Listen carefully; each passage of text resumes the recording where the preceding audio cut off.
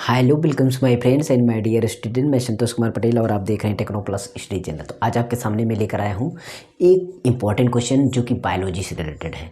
12th की biology में आपका ये क्वेश्चन बहुत बार आता है, तो क्वेश्चन आपको दिखाई देगा, आंसर भी आपको बगल दिखाई देगा। जरूर देखते रहिएगा। जो भी दिक्कत हो कमेंट कर देना कि हाँ सर ये प्रॉब्लम है। बाकी आप कहीं से भी ये क्वेश्चन तैयार कर लेना, लेकिन क्वेश्चन जरूर तैयार करना, ठीक है। बात ध्यान रखना। तो क्वेश्चन में जो भी चीज़ें हैं हम यहाँ पर आपको दिखाएंगे, स्क्रीन पर देखते रहिएगा। तो आप देखिएगा यहाँ पर आपका क्वेश्चन क्या है। क्वेश्चन है आपका मानव शुक्राणु की संरचना का सचित्र वर्णन कीजिए। मानव शुक्राणु की संरचना मतलब उसका रचना करके उसका चित्र सहित बनाना है, उसका सचित्र वर्णन करना है।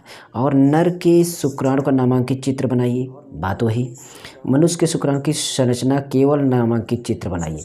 या तो आपका केवल चित्र आएगा या फिर आप उसमें थोड़ा सा लिखने को भी आएगा, वर्णन करने को भी आएगा। तो ठीक है, सचित्र वर्णन करने का तो चित्र और वर्णन दोनों करेंगे। ओनली केवल नामांकित चित्र है तो केवल चित्र ही बनाएंगे, ठीक है। चित्र आपके सामने लगा हुआ है, देख सकते हैं ये चित्र है आपका, ठीक। तो इसके बारे में थोड़ी सी डिस्कशन करते हैं। इसमें कौन कौन से पार्ट कैसे क्या है। देखिए, मानव शुक्राणु की संरचना, पहले हेडिंग डालेंगे कैसे लिखना है। तो शुक्राणुओं का निर्माण शुक्राणुजनन प्रक्रिया द्वारा वृषणों में होता है। कहाँ पर होता है? वृषणों में। नर जो होते हैं, नर के जो वृषण होते हैं, आपको पता है कि वृषण कहाँ कैसे होते हैं। तो वृषण में जो होता है ना, जो जननांग होते हैं नर मेल के, तो वृषण में मतलब टेस्टिस में, तो वृषण में आपका होता है शुक्राणुजनन। शुक्राणुजनन मतलब कहाँ पर पाया जाता है? वृषण में। याद रखना, इसको ऐसे लिखना है, वृषण। ये माप में अपेक्षाकृत बहुत सूक्ष्म, मतलब 60 म्यू लंबे। 60 म्यू मतलब 60 माइक्रोन जो छोटे में होते हैं। माइक्रोन की वैल्यू जो होती है 10⁻⁶। अब समझ लीजिए 10⁻⁶ कितना छोटा होता है, बहुत छोटा, इतने होते हैं। और गतिशील होते हैं, मतलब इसमें गति होती है, इसमें गति होती है, मतलब चलते फिरते हैं शुक्राणु में। मतलब शुक्राणु के जो शुक्राणु होता है, शुक्राणु में जो ये आपके कहने का मतलब ये इसमें सूक्ष्म होते हैं, जो जीव होते हैं, समझ लीजिए इसमें जो होते हैं ये गतिशील अवस्था में होते हैं, चलते हैं और बहुत अधिक संख्या में बनते हैं। प्रत्येक शुक्राणु पतला व लंबा होता है। प्रत्येक शुक्राणु पतला व लंबा होता है, फिगर में तो देख ही रहे हैं। इसके 3 भाग होते हैं। इसके कितने भाग होते हैं? 3 भाग होते हैं। तो 3 भाग होते हैं, तो जिसमें कि आपको दिखाई देगा सबसे पहला नंबर भाग है सिर का, हेड, सिर का। इसमें कौन सा पहला होता है? सिर, हेड। ये कैसे होता है? हेड आपको यहाँ पर दिखाई दे रहा है, इतना पार्ट आपका हेड है, यहाँ से लेकर के यहाँ तक, मतलब ये इतना पार्ट आपका हेड है, ठीक है।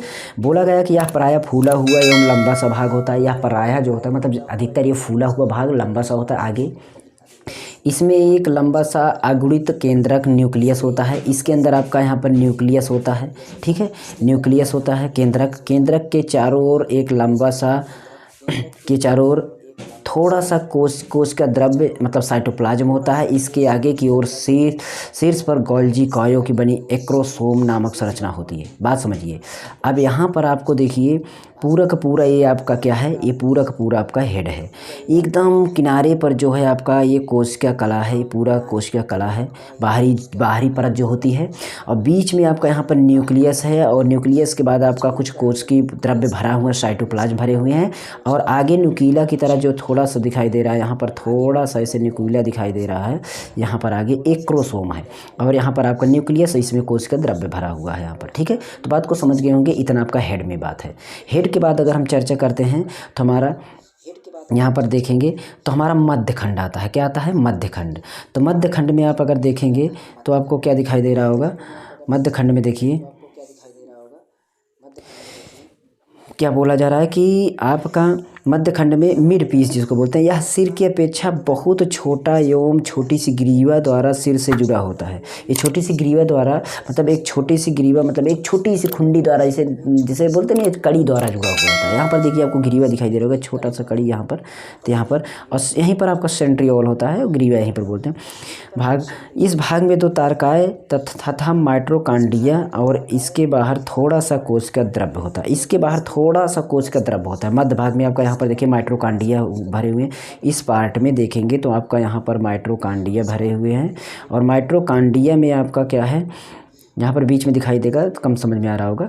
तो और मध्य सॉरी इसके बाद आपका यहाँ पर थोड़ा सा तारकायक को आपका सारी चीज़ें यहीं पर होगी, ठीक है। तो ये सारी चीज़ें, अब लास्ट पार्ट जो बचता है यहाँ से यहाँ तक आपका देखिए, यहाँ से यहाँ तक सिर हुआ, इसके बाद आपका मध्य भाग हुआ ये। अब जो ये पूंछ के अनुसार है यहाँ पर ऐसे ऐसे, ये आपका पुच्छ होती है, टेल होती है। और इसमें क्या क्या चीज़ें होती हैं, इसमें यह कोशिका द्रव के शेष भाग से बनी झिल्लीवत प्रायः लंबी कीड़े जैसी और अत्यधिक गतिशील होती है। इसकी मध्य रेखा में एक पतला अक्ष सूत्र एक्सिस फिलामेंट होता है। एक्सिस फिलामेंट जो होता है आपको दिखाई दे रहा होगा यहाँ पर, आपका ये पतली सी जो जैसे सांप की देखे होंगे नहीं, आपको सांप देखे होंगे तो अगर पता चलता होगा, तो यहाँ पर ऐसे सांप का जैसा ऐसा होता है ना, वैसे बीच में ऐसे करके ऐसे ऐसे ऐसे ऐसे बना है, तो बीच में ऐसे जो पतली सी है ना, इसे देख रहे हैं, यही अच्छी सूत्र है। तो इसके हिसाब से आप देखेंगे तो इसमें आपका इसमें है मध्य रेखा में एक ऐसे सूत्र होता है जो पिछले भाग में झिल्ली नहीं होती, केवल नग्न सूत्र ही होता है। पिछले भाग में नग्न मतलब होता है उस अर्धसूत्र ही होता है केवल, ठीक है। तो इस तरीके से यहाँ पर पुच्छ आपका ये पूरा हो गया। तो ये आपका शुक्राणु, इसको फिगर सहित पूरा आप एक बार तैयार कर लीजिएगा, आप जरूर इसको लिखिएगा। इंपॉर्टेंट क्वेश्चन है आपकी 12th के लिए, जरूर इसको ट्राई करिएगा। क्वेश्चन अच्छा लगा हो तो लाइक शेयर, हो सके तो चैनल को सब्सक्राइब बेल आइकन प्रेस कर दीजिए। मेरे सेकंड चैनल के लिए नीचे डिस्क्रिप्शन है। अगर कैलकुलेशन सीखना चाहते हैं फिजिक्स केमिस्ट्री के लिए, अदर मैथमेटिकल के लिए, तो आप जरूर कैलकुलेशन की प्लेलिस्ट बेसिक से देखिए। हमारे चैनल पर भी बेसिक इंग्लिश सीखना चाहते हैं तो इंग्लिश की भी बेसिक क्लास है, टेंस वर्ब जितनी भी चीज़ें होती हैं सभी यूजेज और लाइव ट्रांसलेट मैं यहाँ पर करवा के दिखाता हूँ आपको एकदम हाथ से अपने सामने एक एक वर्ड बिना ग्रामर के। तो जरूर हमारे चैनल से जुड़िए और लाभ उठाइए। ओके, थैंक्स फॉर वॉचिंग, मिलते हैं नेक्स्ट वीडियो में। तब तक के लिए आप खुश रहिए, मस्त रहिए और लाइक्स।